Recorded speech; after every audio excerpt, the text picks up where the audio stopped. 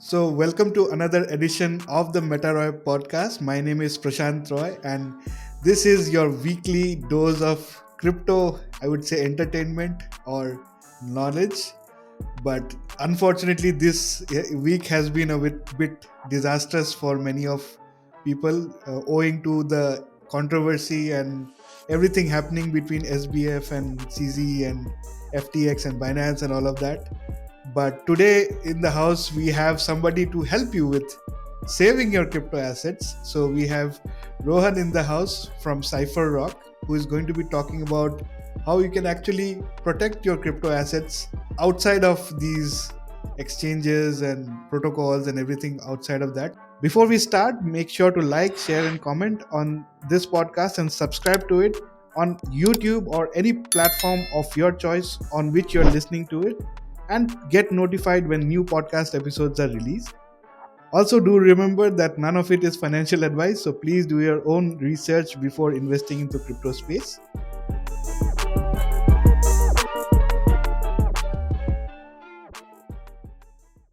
Welcome, Rohan, to the podcast. Thank you so much for taking the time out to join us today. Thanks, Prashant. It's been a pleasure. Thanks for having me. Rohan, what has been happening in the crypto space? Can you throw some light on what has been happening? Like, it's been like a weird week going on, right? And people are confused, like where to start understanding this from. Like, can you throw some light on it? What has been happening? Have you analyzed what has happened and what is currently happened? Can you give us some insight on this? Sure. I mean, I've been following this a little too closely, the whole saga, because it's been all over Twitter at this point, right? Um, and it's obviously, like at first it's obviously unfortunate that people have to go through this, because I know a lot of my friends who have sort of lost crypto, because they primarily traded through FTX being a very well known exchange, probably the second largest in volume globally after Binance. And that guy literally is sort of the son of two compliance lawyers, right? So you can't, like, you can't go wrong with that. So it's pretty bizarre on how everything folded out. um I have, obviously this is not financial advice, and I don't, and obviously not legal advice as well. I don't have the complete picture. It's all what I have sort of read about online, right? So the exchange, like, there was, like, the TLDR is there had been a liquidity crunch in the main. So there are basically three different, and I mean, obviously a lot of more entities, but three core entities in the FTX sort of companies. So one is obviously the main international FTX International, wherein most of the international people trade. The second is the FTX US, which is the regulated arm of the exchange, wherein only the US citizens trade. And the third is the Alameda, right? So Alameda Research is more their proprietary trading firm, which sort of it's basically trades crypto from their own balance sheet. So these are generally different sister companies of the main FTX main HQ. Uh, People thought they were sort of differentiated, and they don't have exposure to one another, but that was sort of what got exposed this week, right? So Alameda allegedly sort of loaned out, few hundred million billions to different centralized players in the space, and this is sort of catalyzed through your Celsius, Voyager, and the other ones who sort of were led to bankruptcy a few months ago.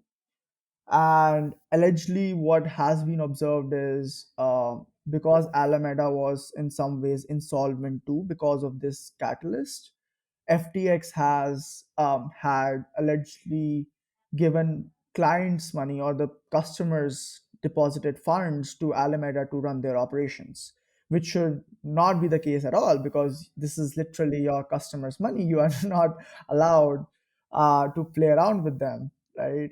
So this is what allegedly happened. And I think once, like, CZ found out about this, he obviously didn't support the whole operation. And then I think they had somewhat like 500 to $1 billion in exposure to the FTT token, which they transparently so as to say, sold them, due to which there was a spiraling attack around the price of the FTT token. And FTX on its balance sheet held a majority of their balance sheet in the FTT token, which sort of made them insolvent, right? They were not able to meet the withdrawals because it's more like a spiral, death spiral event. And so more and more people are anxious and they try to withdraw funds at the same time. And so it's very, I mean, the model is actually very similar to how fractional banking stuff works, wherein you don't have the complete deposits to meet the withdrawal requirements of your customers, which is the exact thing, ironically, that crypto is here to solve for. So I don't understand, Exactly. what to say in this regard. But yeah, the whole saga points to the fact that why self custody is important and needed in the space, and why ultimately decentralization. I mean, if the industry needs to succeed, like, you need to have decentralization succeed as well on all fronts, not just the networks themselves, but the control of the user's assets as well. That also should be decentralized. Exactly. I think we have learned nothing from what we have seen in the past as well. 2008 crisis, all of these, bank runs that have happened in the past. I don't see people, actually learning from all of this. It just keeps happening again and again. And FTX being such a big exchange was the last thing I expected them to do something like that. But clearly, humans are humans, right? So, but you talked about self custody for a bit, right? Why is it important to not keep our crypto in self? I think there's no way to, uh, you know, put it I would in say this is simpler there's no words, right? better marketing pitch, I would say, in this week, right, for self custody to exist. Yeah, yeah, Um, I mean, it's simply like, if you're keeping your crypto on an exchange, obviously exchange serve a very good purpose, which is to give you uh, liquidity from your fiat currency into the crypto space and vice versa. So that's, I think, the uh, exchange main value proposition, and that's a great value proposition because you get to have people onboarded to the space. But at the same time, like, it should be very well be aware that it should be very cautious for the user to not put in most of the money that he's sort of willing to lose on it, because of the counterparty risk that it brings along with that. And that's how we have sort of seen with FTX the past week. um they are great for giving you that sort of exposure. And so ideally you could have a little bit, maybe 5, 10, 15, 20% of your portfolio on an exchange if you want to do regular trading, if you want to sort of convert back to fiat for XYZ purposes. You might be needing that money again. But keeping your crypto more than that would be, I would say, specifically after the recent events, quite irresponsible. It is always better to, and obviously this depends on the size of your portfolio as well. So if you are someone who has at least, I would say, $3,000 to $5,000 in crypto holdings today, I think it's very wise to keep majority of that in the cold storage, so that you don't have to have all of these risks that comes with keeping your crypto on an exchange. So yeah, I mean, with self custody, I think for the people, like, the easiest example to understand is you have gold, right? So with gold, you can keep it in a bank locker wherein they are sort of custodying it for yourself. But again, as you saw, like, most of the people self custody their gold as well. They keep their gold with themselves in the lockers. They have different ways to keep it, right? So it's a very unique property of gold that you can sort of self custody as well. So similarly with crypto, you can obviously store it on an exchange, like you can do with FTX, not anymore, but with Binance and other exchanges. um, or to maximize your security, you can sort of keep it with yourselves. Obviously those have some risk as well, but that's what we are sort of trying to solve for, we as a company, Cypherock. exactly. And for people who don't know, Cypherock is making the world's first seedless hardware wallet. So I just threw a bunch of stuff at you. So I'll let Rohan explain what a hardware wallet is, or maybe let's start with what a wallet is, and then why we need a hardware wallet instead of a software or a web wallet, and then we can talk about what is a seedless wallet, right? So over to you, Rohan. Yeah, sure. So yeah, I mean, for keeping your crypto, Prashant, like you need a private key, right? That's a lot. That's what gives you an access to transact out your crypto from a specific account. So an exchange also in some ways runs a wallet, but essentially all of the customers of an exchange, they keep their crypto in the exchange's wallet, right? So they are maintaining the security of that wallet. They are responsible for keeping it secure, and all of the users' funds are sort of aggregated in the same wallet. That's how an exchange works, right? With a self custody wallet, you essentially create your own wallet with your own end, which means a wallet is signifying itself through a public key and a private key. So, a private key is basically like a secure key which gives access to your crypto, or access in the sense to transact out your crypto from one wallet to another. You can consider it similar to like your keys to your home. So, if someone has keys to your home, they can unlock your home and get inside it, right? Um, with wallets, the thing is you authorize it with a private key, and so the idea around crypto security is you have to in order to keep your crypto secure, you have to keep this private key secure, right? So in with the case of exchanges, they keep it secure with themselves. With self custody wallet like ours, we help people keep the private key secure, right? So with the private keys, there are different ways you can keep them. So one was the exchange, another one is you can maybe have a web wallet wherein your private key is stored on a browser.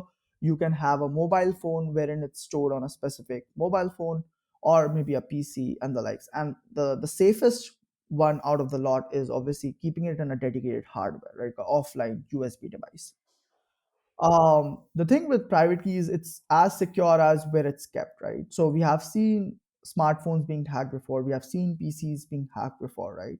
And the thing with these private keys is if it's gone, it's gone. So similar with gold, like if you have gold stored with them, if there's a burglary around that, if your gold, someone steals your gold, it's gone forever. There's no way to recover that gold again, right? Similarly with private keys, if your private key is stolen, your crypto which was secured through that private key is also gone forever from your own end. So essentially, there are two core problems with private keys. How do you solve the loss problem, which is you as a user also do not lose this private key due to some human mistake? And the second is the theft problem, which is how do you ensure that someone else is not able to compromise that private key, both either remotely or physically, right? So these are the two sets of problems. As a as a hardware wallet user, I can give you a little bit more insight. So I have a hardware wallet. It has a 24 or 25 word key. So what I generally do is I have cut that entire paper into four pieces. Four pieces are in four different places, right? So you have to kind of, and I have laminated all of those keys in different places, and that level of you have to do, like, to protect your assets, right? So you can understand what a big challenge that Rohan is actually talking about when it comes to loss of that key, right? It's that Right. important for you So to Prashant, protect just it. to point it out as well, so I personally wouldn't advise that as well, that you are sort of keeping it in four different places, because even though that No, I solves have the copies. theft I have problem for copies. you, yeah, if you have copies, then it's fine. But if you lose one of it, then you might be in trouble also as well, right? So that's the whole problem. So one way people do it today is they take that private key or the copy of that private key, which is in this case called a seed phrase. They either make copies of it and keep it in different places. So that solves the loss problem for you, but it doesn't solve the theft problem, because what if someone gets hold of any one of the copy, your funds are compromised, right? So it doesn't solve the theft problem. And also the other way that people do it is they take their seed phrase and they sort of split it out into different places, similar to how you sort of described, but without copies. So in that case, that solves your theft problem, because for a hacker to compromise your assets, they'll need all of the different parts, but it doesn't solve the loss problem. Because what if you as a user yourself lost one of the parts, then your funds are also inaccessible. So how do you make a wallet seedless, right? That's the most important point, because with the smartphone, with the PC, with the hardware, the private key which is stored inside them is, it's possible that your smartphone gets corrupted, it's possible that your hardware is corrupted, it's lost, all of those factors are involved, and hence that's why you need to sort of back it up on a piece of paper through this seed phrase. What we do differently is our product or our wallet doesn't have a seed phrase in the first place. And so the way that is possible is, so if you think from first principles, every wallet today take this private key and store it in a single place, which is the different things that sort of talked about. But what we do differently is we take that private key, instead of storing it in a centralized place, we sort of decentralize it as well. So we use something called as cryptographic threshold scheme.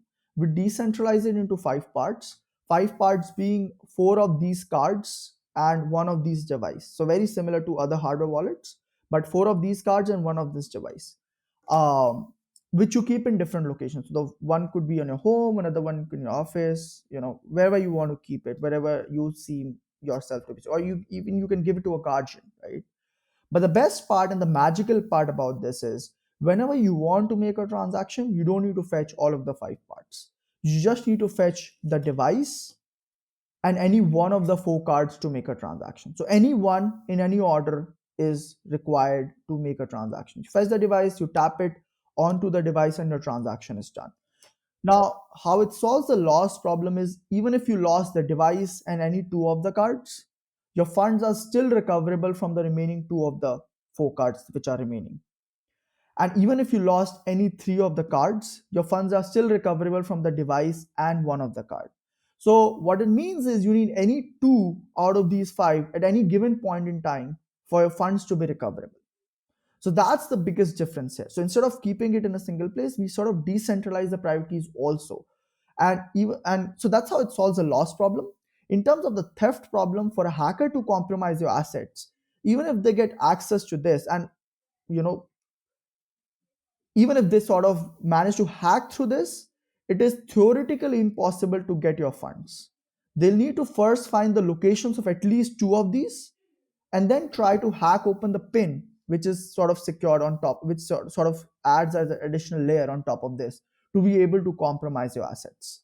So it's practically impossible, if they don't have knowledge about the locations of at least two of them, it's practically impossible that they'll be able to hack through your assets. um, Now, because our private key doesn't have a single point of failure, we don't need to back it up the private key anywhere, right? And that's why it's the first wallet where it doesn't have a seed phrase in the first place. Your same private key is used as for doing transactions, and the same private key is used as a backup of your crypto assets, right? So that's why it's sort of the first seedless wallet, I would say. Makes sense, makes sense. But you mentioned, do you keep all those four cards together? Do you keep it separately? How do you keep it right now? Yeah, so it depends. So it depends. So one of the key things we realize is, everyone has their own security model, wherein there are some people who want to maximize security in the by even if that comes at a cost of convenience, and there are people who are moderately concerned about security and convenience both. So we have seen people who have kept all of the four cards in different places, and even they have put some cards in different continents, right, to sort of maximize their security. Exactly. And there are people who, as for most people, they obviously want to some degree the convenience factor.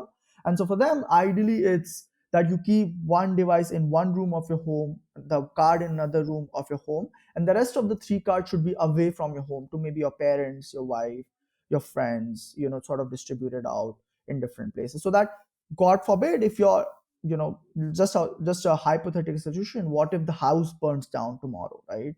So what that means is, your funds are still recoverable from the two of the remaining three cards that you have sort of, kept away from your home. So that's typically how we sort of advise people to do it. So in this case, your funds are still recoverable from the three cards, but if you want to do transactions, you can still do it with the card and the device which you have in your home. Perfect, perfect. Makes sense. I think this is a boon for me as well. I think this is something I'll have to check out myself as well, because I literally did that. I kept it in four different places and laminated it and all of that stuff. so that it doesn't get destroyed. But having a seedless wallet is definitely, I think, a boon for something, especially people who don't want to keep it in exchanges, right? And people who have bigger portfolios generally do not do that. But what are the other features that you can talk about that Cypherock currently provides? Do you also do so people generally create fake wallets inside of their hardware wallets, right? And to prevent against I think it's called a $5 wrench attack. $5 inch attack, Yeah. right? So do you have some certain features like that? What are the other features Yep. like that you can talk about? Sure, Prashant. So one of the other things that came up really, really frequently while we were sort of building the product was solving for crypto inheritance. Okay. Because if you want crypto to succeed as an asset class, it has to be transferable in case something bad happens to me, right?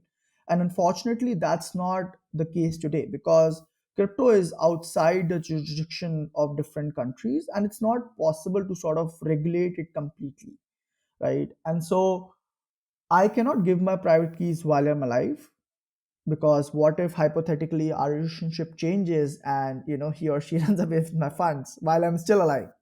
So the challenge is I cannot give the private keys while I'm alive, and for obvious reasons I cannot give my private keys after I'm dead because I'm already dead. So well then, how do you transfer the keys? When do you transfer it? And how do you make sure that the privacy and the control of the assets are maintained throughout?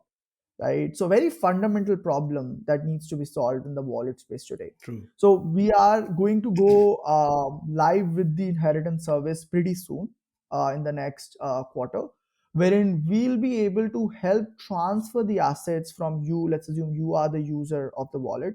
We'll help you transfer your assets from you to your loved ones without us ever knowing about how much crypto you hold, and without us ever in a position to control your assets as well. So we'll never be able to control your assets, but still help you transfer it from you to your loved ones. So stay tuned for that. It's still in the works. It will be out soon in the next couple of months.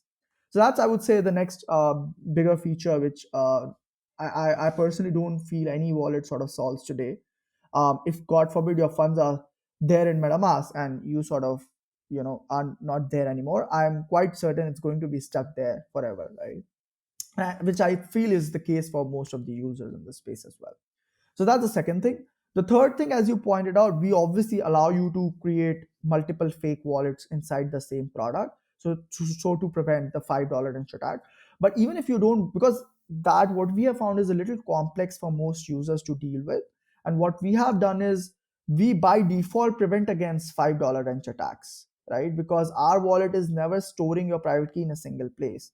So in that sense, even if someone gets access to one of the device or card, it's not practically or theoretically possible to take out your assets, even with the $5 inch attack, because you have to physically fetch the cards to sort of make a transaction, even if someone has a gunpoint, and that gives you enough time to react to the situation, which is not the case with any other wallet per se. The next thing we have sort of did differently with this wallet is what we have seen as a trend is people are using not just going more like multi-chain, but they're also going multi-wallet, wherein they have different sort of wallet that you use on a frequent basis. So they might have some crypto stored on a MetaMask wallet, some on their Ledger, some on their Phantom wallet for doing stuff with Solana and stuff like that. What we realized was there's no easy way to manage them. So what we do is just like how you have Google accounts on a browser and you can sort of switch between different Google accounts, you can actually store the seed phrases, or you can actually store 4 different wallet seed phrases inside the same Cypherock product. What that means is wallet 1, you input the seed phrase of MetaMask. Wallet 2, you input the seed phrase of Ledger. Wallet 3, you input the seed phrase of Phantom. Wallet 4 is maybe the Cypherock's own wallet. Now, once you have done that, you are able to manage all of the different portfolios through our single app. So, how is your portfolio performing on MetaMask? How is your portfolio performing on Ledger, on Phantom? Is all viewable in a single interface, which is not possible today because it's all siloed away into different wallets. So that is another one of the key features that our users are currently loving us about, because this is not possible with any other wallet today, and that's I would say, um, is a great sort of value proposition for most of the users, specifically when it's going to be eventually a multi-chain world, we believe. So True, true, true. I think this is having this flexibility to use different wallets itself was a feature that if I have a ledger, it's just one wallet per hardware wallet. I have to buy exactly. another one to actually use another wallet. Right. This is, I think, a useful feature that personally I can think of. Also, one of the other things that people are using our product for is, let's assume you don't want to use Cypherock for making transactions, right?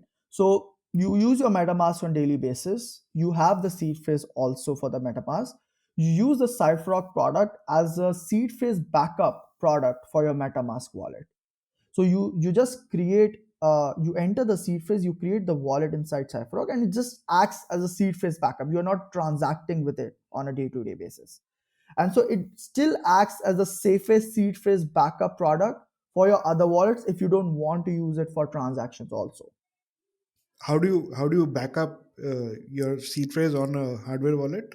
Yeah, so just take the seed phrase that you have of MetaMask, Okay. and while you are creating the wallet, you just import the wallet through the seed phrase on our product. Oh, okay. So it's possible with us. Okay. So you in on the wallet one, you just import it through the seed phrase of the MetaMask. So that creates one wallet.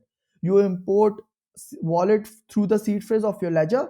That's possible. So through a single product, you are able to open to managing both the seed phrases of your ledger and MetaMask, even if you don't want to use Cypherock for making transactions. So that's possible today, which is not possible with any other wallet as well. Amazing. I think this is great for traders as well who, keep their crypto on software wallets just because your hardware wallet is not that great for, transacting, right? Exactly. And they need those fast transactions to go forward. I think this is a great way to save that as well, that time for, and gas fees and all of that stuff. Also, I think this also enables staking your crypto across different wallets and different, for example, Solana on Phantom wallet, you can stake it up there. All of this, it Yeah, enables that, right? is in the works right now, so Okay. it will be released in the next 1 or 2 months. So it's already in the works. We already support, I would say, Bitcoin, Solana, Polygon, EVM chains. You have obviously Ethereum as well, and Near protocol. So that's what we are already supporting today. We are already, I would say, security audited, and in fact, we are audited by Key Labs. So Key Labs is probably one of the last few firms that hacked Ledger wallets 3 years ago. Many of the people don't know that Ledger has been hacked before. So Key Labs is a team, or is a company that hacked them about 2 to 3 years ago. We are sort of audited by them, because we wanted the best of the best in the world to actually try to crack open our wallet, and they said this is one of the few of the innovative wallets that they have ever tested out, and we already have more than $1 million AUM since the four weeks of launch today. So yeah, pretty exciting times ahead, I guess. Amazing, amazing. Yeah, even Ledger, Trezor, all of these have been hacked in the past, right? And which is why I think there's some sort of mistrust. Like even in hardware wallets, also is not secure. What is the point of buying one in the first place, right? But clearly, you have solved that challenge as well. Uh, but yeah, Rohan, this is something, a great product that I would personally want to use in case of saving my crypto in my portfolio. But also, how does it help in portfolio management? How do I create my portfolio on Cypherrock? Can you give us some insights around that as well? Yeah, sure. So all you need to do is, as sort of I just briefly touched base upon that, which is you just import your MetaMask seed phrase. That's one way to do it, or you create a new wallet inside Cypherox. So once you do that, your portfolio is viewable through our desktop app that we have, which is available cross-platform on all Mac, Windows, Linux, and you can actually view both your MetaMask portfolio on the same app, as well as any funds that you store through the Cypherock wallet is also viewable through the same app. So that's our whole idea of portfolio aggregation, wherein you will be able to aggregate all of the different positions, all of the different assets that you have today through a single interface. And that's what we want to sort of bring in. Today, if you see portfolio management ledger, it's just limited to being only ledger at this point. Your ledger Hmm. app only shows assets which are stored on your ledger device. It doesn't show your assets which are stored on your MetaMask Yeah. or any other wallet, right? But in our case, we are able to show you all of the different assets which are stored in different portfolios, different wallets through a single app, single desktop app. And once we have the mobile app also in the coming months, then the same portfolio is going to be viewable on mobile phones as well. I think it's an amazing product, Rohan, and people who are still using software wallets, please consider buying a hardware wallet. It's a actual safety net for all of your crypto assets, because not your keys, not your crypto is something that you will need to remember every time you are investing in this space. So Rohan already mentioned that if you have like $3,000 to $5,000 approximately in your portfolio, you should definitely consider even people lower than that, but for that, at least that's a threshold, good threshold to start investing in a hardware wallet. So I leave the links for purchasing Cypherock in the description below if you guys want to check that out. It will be an affiliate link, so it's help support the channel as well. Rohan, so why how did you kind of envision this product? Like, what what was the thought process behind when you started on this journey? We would love to learn the story behind the Cipher Rock as well, and your personal journey as well. So, can you talk about a bit about yourself? How did you kind of get your interest into crypto? What made you work in the wallet space particularly? Can you talk about all these aspects? Sure, Prashant. So, both me and my co-founders, we are both engineers from Delhi College of Engineering. This is 2017. I went to a hackathon. I specifically remember this. This is January 2017. I went to a hackathon. We said this Ethereum thing was just coming onto the scene at that point. We said let's sort of hack something on this. We were not able to hack too much because the dev tools at that time on Ethereum was still pretty laggy. We were still amateur engineers at that point. But what I personally learned from that was why is someone paying $21? So Ethereum was $21 at that point in time. And so I was like, who is paying $21 for something digital? It doesn't make sense, right? But I was the same person who bought Ethereum at $250 6 months down the line, right? So that's usually how most of the journey start in crypto as well. You don't get it in the first instance, but then once the price sort of fluctuates, you realize, okay, there's something to it which I don't understand. So I'd probably go down the rabbit hole to understand why is something being valued so much, which is completely digital. Because most of the people who have had interactions with money before has usually been tangible, right? Something which you can associate with, which is rupees or dollars or gold for that matter. But something purely digital was not something people realized was going to balloon up in terms of value, and so that was something an eye opening for us. 2017, I majorly, so I was still there in my engineering college. um, and you know how 2017 was, the this was the year of ICOs. So we said like the best way to learn about the space is to actually have skin in the game, right? And to have skin in the game, you have to put in whatever little money you have. So I put in most of my money in, try to trade, invest into different projects at that time, however little that might be, to get a sense of the space on how it is sort of moving about, and made quite a decent money because it is a bull market and everyone thinks it's a bull market. So there are everyone thinks there are genius in a bull market, right? It's when the bear market hits, then you realize that you're not that genius. So January came in 2018. Portfolio was down more than 90%, and I realized, okay, I'm clearly not a genius. I lost most of it, and I realized it is much better to work on the technology itself rather than speculating on these assets which I basically have no control over. So I and my co-founder, we have been to a bunch of hackathons before. We said, let's try to see what problems we can solve in the space uniquely through our unique skill sets that we have. So I am more, I would say, like a software person. Been developing software since the past 5 6 years now. My co-founder is more from the hardware and the security background. So he's worked with in partnership with Lockheed Martin, was the first employee at Nimble Labs, which is a startup based out of Bangalore, backed by Binny Bansal. And so we said, let's try to build something in the space. And at that time we were obviously trying to search for different solutions to keep our crypto assets, and we were trying to take feedbacks on what people actually needed in the space. And everything pointed us to the same thing, which is, why do we have the seed phrase? Because with this seed phrase, like, you will always, even if your wallet is like 100x more secure, your funds are still compromisable from the same seed phrase, right? Even if you use 10 ledgers today, right?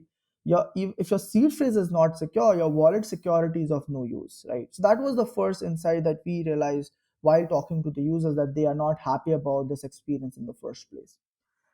The second thing was a more part of our mission going forward. Was what we realized was self custody is going to be a very important aspect if web3 needs to scale up and to actually be well adopted. The reason for that is, if you even see today itself, most of the mind share is with exchanges today, right? And obviously they do a good job in what they're supposed to do, but the problem is they are going to have similar set of regulations that the banking industry has, and it has already started happening, right? With Coinbase, like, SEC is trying to stop them from giving interest on the crypto assets that they hold on behalf of their users. Things like these are not being allowed by the SEC because of the similar regulations that they apply on the banking side as well. And so we realized that this was always going to be a problem, and if we don't have the self custody aspect of the Web3 space, it will be the same banking infrastructure all over again that we have currently. So until unless Web3 scales, until unless self custody scales for Web3, we are not going to fulfill the promise that Web3 actually promises in the first place. And so we realized we need to scale up Web3, and for scaling up Web3, we need to scale up self custody.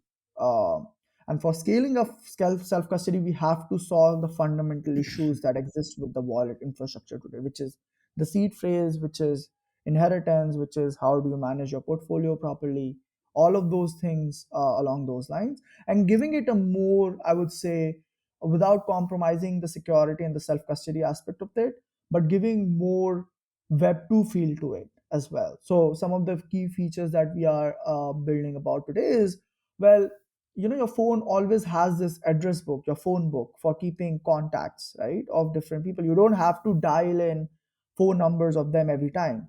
Why isn't that the case with your addresses today? Do you have to compare it all the time, right? And So it's even some more these difficult to put the or remember those addresses. Exactly. It's not possible to Yeah, remember it. yeah, You have to compare it and type. So things like these are something, we want to improve on the UX front, which I believe is too much, needed as far as the Web3 wallet space is concerned. yeah. Absolutely. I think this space itself requires that push from, as you mentioned, how you ported some features from Web 2 into Web 3, making it even more simpler. It's becoming difficult to interact with Web 3 because of these difficulties in UI UX that currently exist, right? A difficult 32 character address to remember every time you have to send something to somebody. You're kind of making it easier for people to actually not even remember, just store it in your like a wallet, and make it easier for people to transact. So I think those are kind of innovative features that I think will help us in the overall adoption of this space. What are some of the other features I would love to, now that you're talking what are the other features that you're using or thinking about in terms of mass adoption of this space? What are some of the features that you kind of feel should be built, or maybe even not even related to hardware wallets, but in terms of crypto adoption? What are some of the features that you think should be built and could be built? Yeah. So one of the key things I feel in this space is, like, if you see from first principles, why this space is going to succeed is because you sort of remove too many middlemen from the equation that the banking industry currently has today, right? And so by default, whatever financial products are available in the traditional banking, world, is it's possible to offer them in the Web3 space as well without the middleman, right? So if there are no middlemen, by default, the alpha will always be greater than the banking industry, which is compared to Web3. So I'll give you an example. Let's assume you earn today, and this is specifically in the context of US markets, wherein you are earning maybe like 0.5 to 1% yield on whatever funds you are storing with a bank, which is too low compared to what are even the FDs which offer us today in the Indian markets. The banks offer them, but and this is because of their how their banking infrastructure is set up. It's more like you built a infrastructure on old technology, and then there was bandages around that to support different sort of parties taking their own cut throughout a specific transaction, right? When you try to build everything up from ground up in Web3, you don't have those bandages, you don't have those people who take their own share in between, and therefore that 1% which is offered in the US market is that's why the yields typically are more in the Web3 space. If you sort of remove the frictions around off ramp on ramp, this yield might go even further higher going in the future. So this thing will always be there in Web3, wherein you have more alpha generated through the financial products compared to the banking industry. So from first principle, this will always be there, and because it will always be there, you'll have as a person to invest at better terms in Web3, particularly, right? Through the same financial products, right? So if you're giving out loan to someone versus giving in the banking industry or the normal financial trade fi industry versus you are giving out a loan to someone else, you will always get more sort of alpha here compared to the banking industry, right? So I think this will be a big hook for people to actually come in, and this is I think why some of the few bull markets or bull cycles in the past few years have been catalyzed so far, and this will always be, I would say, like a killer feature about Web3 compared to the traditional banking infrastructure. On our front, what we are trying to build is we eventually want to build a decentralized bank wherein we are never going to control the assets on our end, but it's the users they control it. We are just going to enable them to give all of the different financial products that currently their bank offers to them without us ever in control of their assets. So one of the other things that we are working on, which we are pretty excited about, is, well, how do we offer crypto native joint accounts, right? So your banks have today joint accounts, two people to get their own account. If you want to make a transaction, both of you need to have signatures or approval from both of those account managers to be able to transact funds about. Well, we don't have that. Obviously, to some extent, we have it through multisig, but multisigs only work for certain chains, for certain tokens. It is not universal, right? So how do we give a universal crypto native joint accounts, right? Not possible today, but we are sort of enabling it through our wallet. Again, I can't talk more about this at this point, but this is what we are very excited about. This is something which we want to bring it to the market in the coming months, right? So we essentially want to enable people to have the different sort of financial products which are available in the banking infrastructure to be available in the Web3, so that they can have the choice between the traditional banking infrastructure and the Web3 space anytime they want. And that doesn't mean keeping all of their assets in the banking infrastructure or keeping all of their assets in the Web3 space, but managing risk according to what their risk appetite is at any given point in time while maintaining the security. Because one of the important challenges is when you see exchanges like FTX going down, when you see exchanges getting hacked, when you see wallets getting compromised, when you see seed phrases getting compromised, it deters new users from coming into the space, Exactly. right? It sort of creates that sort of fear in their minds that, okay, this is too risky for my funds, right? And so we want to give them a default secure infrastructure that whatever funds they hold with our wallets, it's going to be sort of secure, right? Without you looking too much into the security aspect of the whole Web3. So that's what essentially we want to enable through our wallets. That is, I would say, pretty much our mission and vision is at this point. Amazing, amazing. Also, wanted to understand about your team a bit. Uh, the team behind building Cypherock itself. Can you talk about that? Are you currently, looking for talent? Can some people listening to this podcast or watching it on YouTube join you in this mission and vision as well. Let's talk about that as well. Can you share some insights Yeah, around that? yeah. So we are always looking out for great people. We have a team of about 20 plus people. Both me and my co-founder Vipul, as I said, we are both graduates from Delhi College of Engineering, and we sort of are, I would say, like a tech-driven company more, because to build something like this, you need to know about security, you need to know about hardware, cryptography, obviously Web3 crypto, which is a very difficult skill set to acquire, but obviously very rewarding as well, right? Because you sort of work on the cutting edge of stuff. So we are always look out for people, great people who want to sort of contribute to the mission. We have people who have actually left Google to join us. There are people like that. There are people who have never went to college, who but are like literally child prodigies. They have proficiencies like in 15 different programming languages.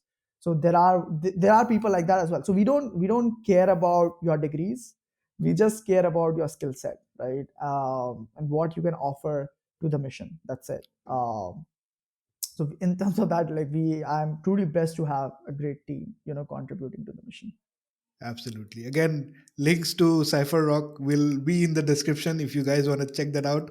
Also, I'll put links to Rohan's Twitter handles and LinkedIn probably, so you can connect with Rohan definitely online as well. So that will be if you're kind of looking to move into this space, looking to understand hardware wallets or what kind of Rohan is building in the first place, this will be a really great experience for you. So, Rohan, after this week has passed and all of these things have been happening, people have been asking this question, right? Is it even worth being in the crypto space, right? What are your thoughts around it? Can you share your personal motivations of being in this space as well? Yeah, sure, Prashant. So, yeah, as you rightly pointed out, like people would be having this sort of introspection in themselves, whether it's even, it's even like uh, practically feasible to be in this space after what has happened in the last week. I don't know about other people in the space, but from my own personal experience, I would say the reason why I am building in this space is because I feel this is inevitable. If you see how history sort of evolved, it always sort of tends toward more efficiency and more freedom, right? So traditionally, the governments, they used to control everything, like every part of the decision. They used to control your speech as well through the printing press. But then internet came along. It allowed everyone to be a free publisher, everyone to have a free voice to everyone globally. And so the government sort of lost power over sort of the speech or the control of flow of information in the state. What I feel is crypto brings about the next paradigm shift, which is to enable transfer of value with freedom, right? Which is sort of still constrained today in terms of your local jurisdiction that you sort of live in today, right? Because value is going to be more frictionless, it is only possible through crypto. There's no other way, because if it's a centralized offering, it will be a security, it will be I would say similar to the banking infrastructure, the system we have today. And so the only way this actually happens is when you have a decentralized system which sort of offers you the same innate properties of value capture, right? Which is Bitcoin, Ethereum, and the other assets which are trying to build that out, but essentially gives you a way to transact value as frictionless as transacting or transferring information through the internet, right? And so this, because this is inevitable, because this is more efficient, because this is more free as in not free by cost, but more free as in freedom, it is inevitable, and it's only possible through crypto. And because it's inevitable, you have to think from first principles that what should I build on today towards that future, right? I got this great example from Dropbox Hacker News post, right? So Dropbox launched about, I think, 10, 12, 15 years ago on Hacker News, and they, I think, went through Y Combinator. And internet speeds were very slow at that point in time, right? So when he posted that, hey, I'm building this a cloud storage, sort of platform for storing all of your files and stuff. People saying like, why would I use this? I use this USB stick, right? It's so great. It's so easy to carry around USB sticks. Why would I use a cloud platform? It's so slow. It takes forever for me to upload the files, right? But what the founder had the insight of it, what other people were missing is internet speed was going to go exponentially up in the coming years, right? And that's what he took the leverage of, and that's why we see the whole story behind Dropbox, which people were sort of dismaying at the first. So similarly with crypto, people complain today about transaction fees, stuff like that. But what we have to see is the innovation is happening towards reducing that transaction fees, and on an infinite time scale, it will go to zero, right? So if that's going to happen, and if scalability is eventually going to come in some form of the other, well, what do you need to build today to sort of leverage that tomorrow, right?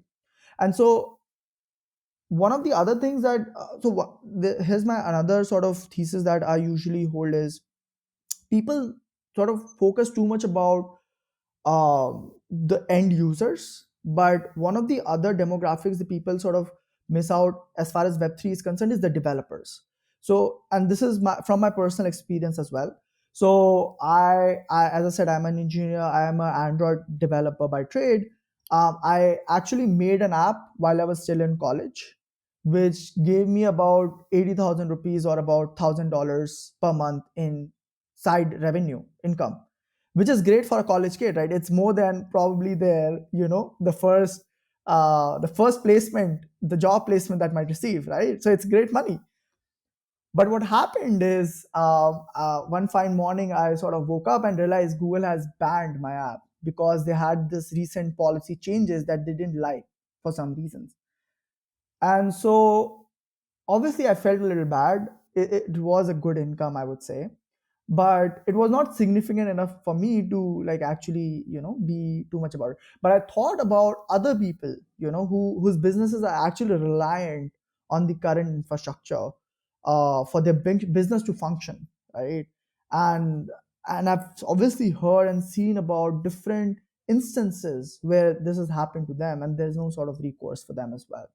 So if you consider this on a very long time scale, wherein you have similar developer experience on a Web2 platform versus a Web3 platform, from the lens of a developer, I'll always choose the Web3 platform because I know my business is always going to be secure on that platform, not on the Web2 side of things, wherein tomorrow there might be a new policy change, there might be something that my infrastructure provider does not like about me, and poof goes my business. It's an existential risk for my business.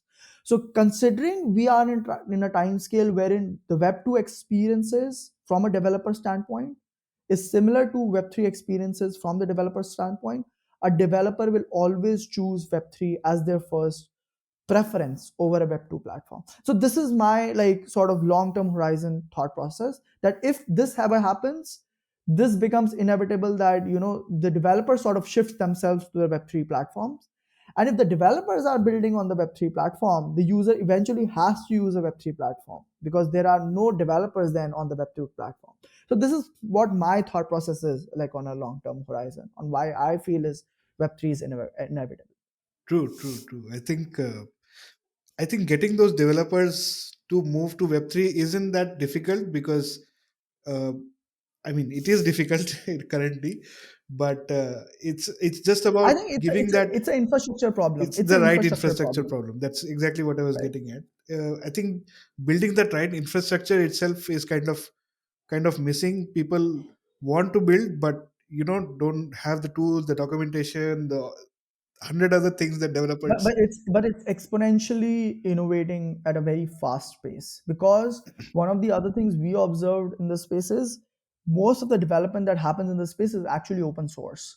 So because it's open source, instead of competing like in Web2 space for building the same thing but in different silos, you are actually building on top of it, right? So the rate of innovation is actually exponential, and it's, even if you are a Web3 founder, like it's extremely difficult to keep track of everything which is happening because it's so fast paced compared to Web2. Yeah, So yeah, I mean it's coming, it's like within our sight, but yeah, it will take some time, but I think it's inevitable in that sense that once that come in, Like developers will 100% choose the Web3 infrastructure for their needs, whatever they have for themselves. Amazing, amazing.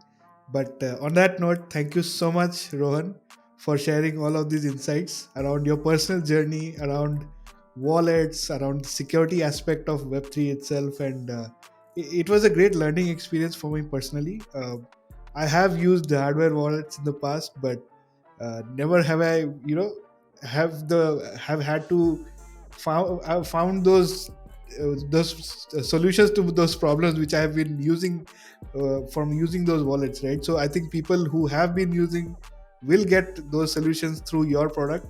This is again not a sponsored post in any case, so it's just me and Rohan discussing about wallets and our passions.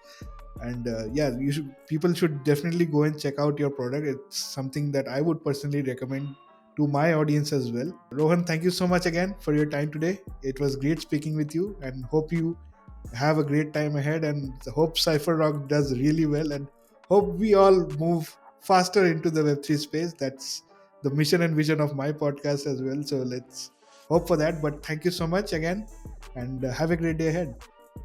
Likewise, Prashant, thanks for having me. It's been great. Cheers. Cheers.